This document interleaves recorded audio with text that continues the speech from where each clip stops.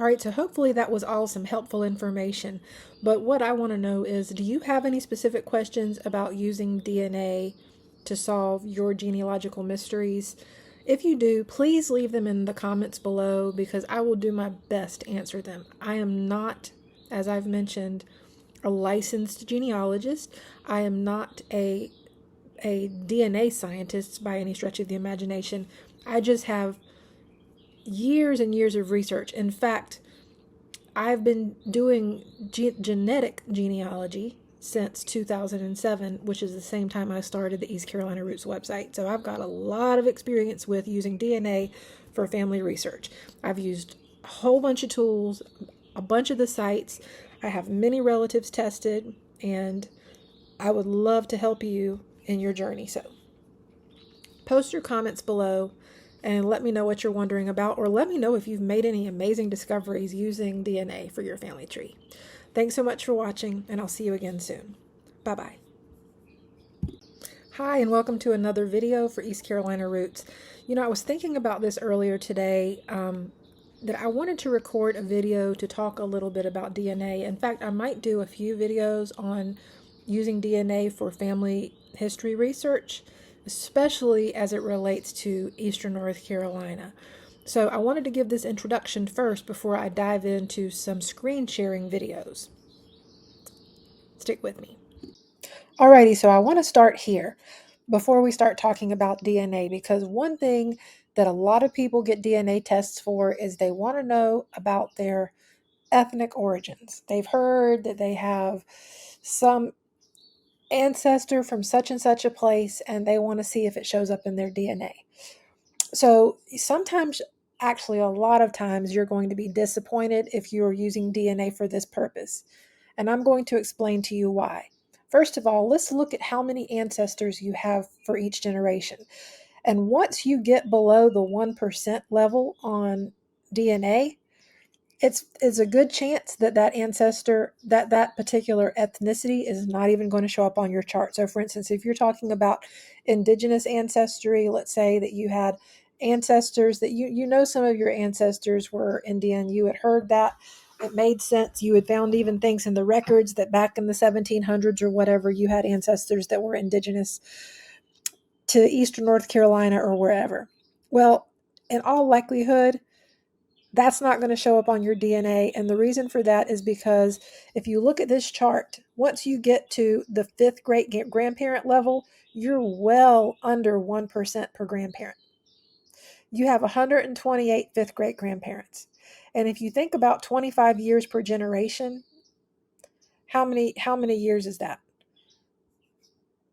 Or as far as fifth great grandparents go, that's like 7 generations back, right? Let's see. 1, 2, 3, 4, 5, 6. See, 1, 2, 3, 4, 5, 6, 7, 7. Yep, 7 generations back.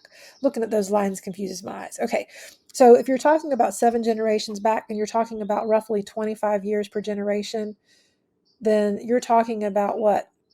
175 years. 175 years ago, you're looking at, this is how far back as far as ancestors you're probably going. So once you even get back to the early 1800s, you're probably not going to be finding ethnicity from ancestors. And in all likelihood, in the 1700s, even if you had ancestors who were indigenous, they might not have been full-blooded anyway, so it might have already been diluted. I have ancestors that I know for a fact were listed as free people of color on the census in 1790 and 1800. By 1810, they were passing as white. The patriarch of the family had died, and I guess the census taker just recorded the family as white from that point on.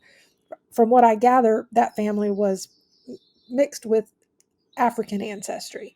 And so this is my Holmes line from Beaufort County. And a lot of people come from them. But in any case, but that's so far back. That's not going to show a whole lot of DNA.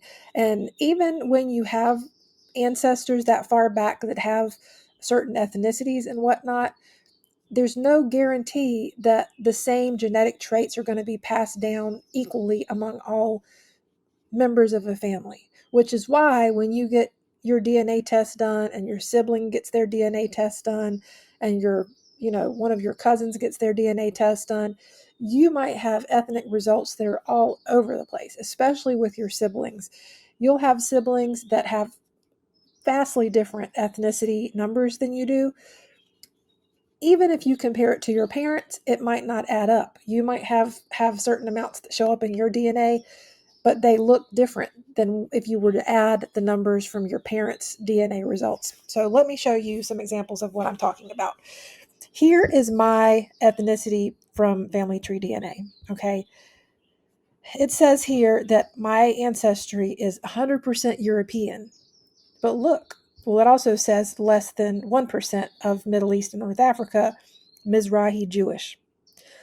Let me just tell you right now, I don't put a lot of stock into any of these ethnicity calculations because it is a fantasy science as far as I'm concerned. They are doing their best to figure out what ethnicities certain groups are based on test populations.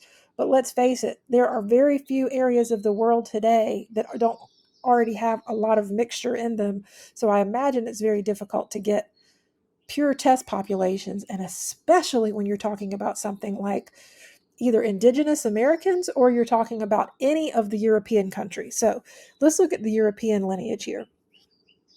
Family Tree DNA says that I am 53% Irish, 36% Central European, which if you look at this map, Central European is going to be this yellow area here. So France, Germany, Poland, Austria, maybe Southern England, and then 10% Scandinavia. And then they say Finnish, less than 1%, and they say Mizrahi Jewish, less than 1%. Okay, that's Family Tree DNA. Well, now I wonder if that's what Family Tree DNA says. If this was an exact science, you would think that Ancestry would say the same thing, but they don't. Ancestry DNA says 66% of my DNA is from England and Northwestern Europe. Only 16% is from Ireland. So Family Tree DNA said I had no English ancestry, none whatsoever, but I'm 53% Irish. And yet, Ancestry says I have 66% England and Northwestern Europe, which is basically England and just general Northwestern Europe, but then they have separate categories for Ireland and Scotland and Wales. It says I'm 16% Irish, 9% Welsh, 3% Swedish or Dane, 3% Scottish, 2% Norwegian, and 1% Finnish. Okay? But let's not stop there. I also have done my testing with 23andMe. Here's what 23andMe says. They say I'm 97.4% Northwestern European, which includes British and Irish, 80.7%, 11.5% Scandinavian, which would be Sweden, Finland, Norway, Denmark, that area. And then 1.7% Southern European, which includes Italian and Spanish ancestry. Well, that doesn't show up on Family Tree DNA or Ancestry. And then for Trace Ancestry, it says I have African and Indigenous American. Well, what I know about my family history, I will tell you that the 23andMe results seem to make the most sense based on what I know about my ancestry and where I know my ancestors came from, and the fact that I did have ancestors that were both African and Indigenous American way, way back.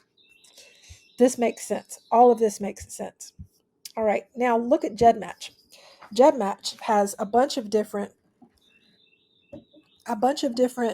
calculators for figuring out your ethnic admixture. This is my result for their world MDLP world calculator, and it says that I'm 12.69% Caucasus Parsia, 5.21% Middle East, 41.36% South and West European, 0.74% Sub-Saharan African, 37.77% North and East European, 1.53% East Asian, and 0.7% Mesoamerican. Well, that's wild. These numbers are all over the place, y'all. And if you looked at my parents' results, I have my parents tested on both Ancestry and Family Tree DNA. And I've brought their results also into GEDmatch, and it's just as discombobulated. It doesn't make sense. So my point about this is, don't put too much stock in the ethnicity thing. If you know what your ancestry is and where your ancestors came from, then you might can figure out that one company seems to have better results than another. But if you really don't know and you're just fishing for answers, it might be fun to get results. But if you test with several companies, you're going to get several different results. And if your siblings test, they might get wildly different results than you. And if your parents are alive and you get them tested, they might get different results that even add up to make up what you have in your results. Okay, so this is one of the things I wanted to talk about as far as DNA. Another thing that I wanted to talk about is the kinds of tests that are available. I hear a lot of times people are confused about the different kinds of DNA tests that they can get. So, a good company to look at sort of general DNA testing is Family Tree DNA. They've been at it for a long time. I got my first DNA test done with Family Tree DNA. Actually, we got our very first DNA test done with National Geographic Genographic Project way back, like around 2005 or something like that. My dad got that for all of us as a gift one year. But then those results were transferred to Family Tree DNA. And so then I've had further testing done since then with Family Tree DNA. You can get what's called autosomal testing done. Autosomal testing is going to show you people that you're cousins with, or that you're who are your parents, your siblings, cousins, basically anybody that's a family member within a certain number of generations. Family Tree DNA says that they are showing you within the last 5 generations. Now, Ancestry will go back, I think, 7 or 8 generations with their autosomal tests. But as far as advantages and disadvantages, both companies have advantages and disadvantages, and I'll talk about those in a minute. Another type of DNA testing is the mtDNA testing. This is looking at your specific maternal line. So this is looking at your mother and your mother's mother and her mother and her mother and her mother, going all the way back on your direct maternal line as far back as it goes. And it will tell you the deep ancestral origins of your maternal line. And it will also let you know other women who fall into your maternal line. One thing about the mtDNA test results, and it's similar to the Y-DNA, which I'll talk about in a minute, is the mtDNA test results might be people, like if they come up in your matches, they might be people who don't even share an ancestor with you within the genealogical time frame. It might be that your shared ancestor with your matches under mtDNA, they might be from like 2,000 years ago, but you still all have the same mitochondrial DNA because somewhere along the line you have a shared maternal ancestor, if that makes sense. The Y-DNA is similar, except for it's for men. Y-DNA is something that a man can get tested, and women can't get Y-DNA tested because women have XX chromosomes and men have XY chromosomes. So a man can do a mitochondrial test, but a woman cannot do a Y-DNA test. So a man can do mitochondrial and Y-DNA. A woman can only do mitochondrial. But the Y-DNA test is looking at the man's father and his father's father and his father's father's father and so on and so forth, back all the way on the paternal line. These are especially helpful if you're trying to get back to, a male ancestor on your paternal line, especially if there's some event where, maybe there was a name change somewhere down the line, or maybe there was a surprising paternal event where somebody wasn't the father that you thought there was the father generations ago.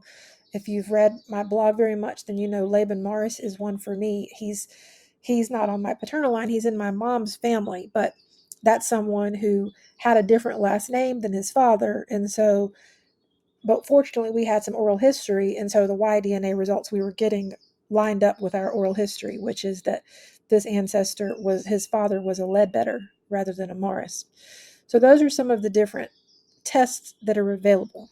Now, As for advantages and disadvantages to a company like Family Tree DNA versus a company like Ancestry and versus a company like 23andMe, here are your advantages of Family Tree DNA. One of them is Family Tree DNA is going to let you really dig down deep in your results. So, I mean, my mom is here, my son is here, my dad is here, and so on and so on and so on. I'm not going to go further than this because I haven't gotten permission for everyone that I'm matching to show their names. But you can dig down, and if they have a tree, you can look at the tree. If they have surnames listed, you can see those surnames and everything else. Nothing's restricted except for whatever your matches information.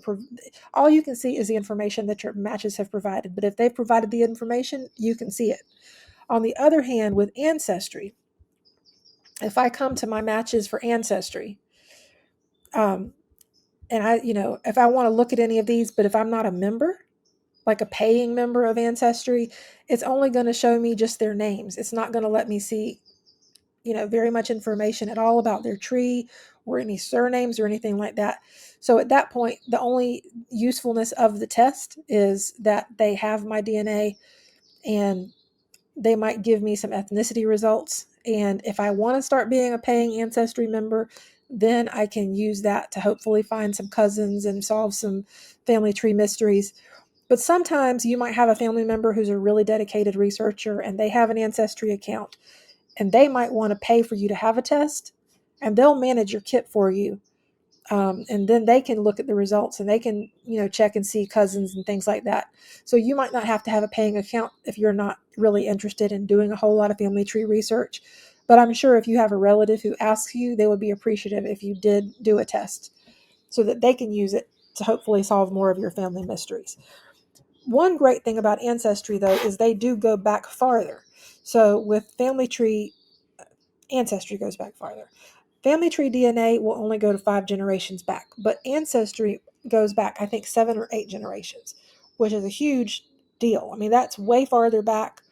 It's way, way more helpful to be able to go back that far.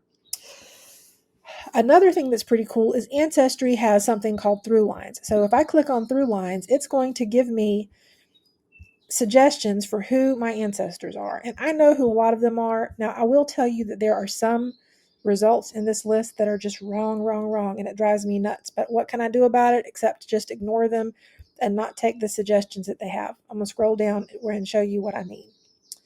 So, for instance, let's see. Okay, this is wrong. These people are not the parents of Eli Cox, but a lot of people on Ancestry think they're the parents of Eli Cox, and so Ancestry is suggesting them to me as the parents. But fortunately, I know a whole lot of these other people, and I know they're accurate because I've done the research myself. But this is a really cool feature. This kind of thing does not exist on Family Tree DNA. Now, as far as 23andMe, while I think 23andMe has the most accurate ethnicity results that I've seen of the different companies, one thing that they lack is they don't have a really good platform for family trees. So while they're going to be good for giving you the DNA information as far as like I say, the ethnicity, but then they also have all kinds of things about health traits and things like that. And they do have a way to see family and friends and relatives that you're connected to.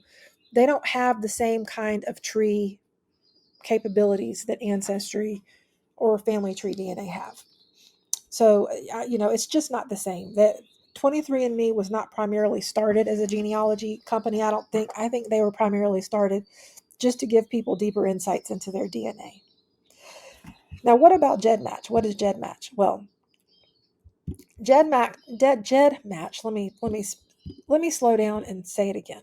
GEDmatch is a company that lets you bridge the gap between the different DNA companies. So if you have tested with, let's say, Ancestry, you have a cousin that's tested with MyHeritage, you have another cousin that's tested with Family Tree DNA. Well, you can all upload your kits to GEDmatch, and then you can test or connect kits against each other. And so I have a bunch of relative kits here. I can test these relatives against each other, even though some of their tests were done, like my grandparents were done on Family Tree DNA. But I have other relatives who have their tests done at Ancestry. And so I'm able to compare tests and do all kinds of research for tests using the tools at GEDmatch. And they have paid tools which are really helpful. They have some that are free, and I'll go into those in another video. But they'll let you do all kinds of things, from comparing two people to see, who some of their shared matches are. Then they also have the ability to look at specific chromosomes to see who matches you on specific chromosomes. And the reason why that can come in handy is if you know that you match certain people that are from a shared ancestor, and you seem to be matching on a shared chromosome, then you can run other tests at GEDmatch to actually figure out who else matches you on that chromosome. And you might be able to start seeing a pattern as far as who a shared ancestor might be further up the tree. I'll have to explain that in another video because this one's already getting quite long. But I just wanted to go over some of these basic things about DNA that you might not know. And the main thing is, I just hope that you will, if you have any questions, ask them below because I will be happy to answer them. All right, so hopefully that was all some helpful information. But what I want to know is, do you have any specific questions about using DNA to solve your genealogical mysteries? If you do, please leave them in the comments below because I will do my best to answer them. I am not, as I've mentioned, a licensed genealogist. I am not a DNA scientist by any stretch of the imagination. I just have years and years of research. In fact, I've been doing genetic genealogy since 2007, which is the same time I started the East Carolina Roots website. So I've got a lot of experience with using DNA for family research. I've used a whole bunch of tools, a bunch of the sites. I have many relatives tested, and I would love to help you in your journey. So post your comments below and let me know what you're wondering about, or let me know if you've made any amazing discoveries using DNA for your family tree. Thanks so much for watching, and I'll see you again soon. Bye-bye.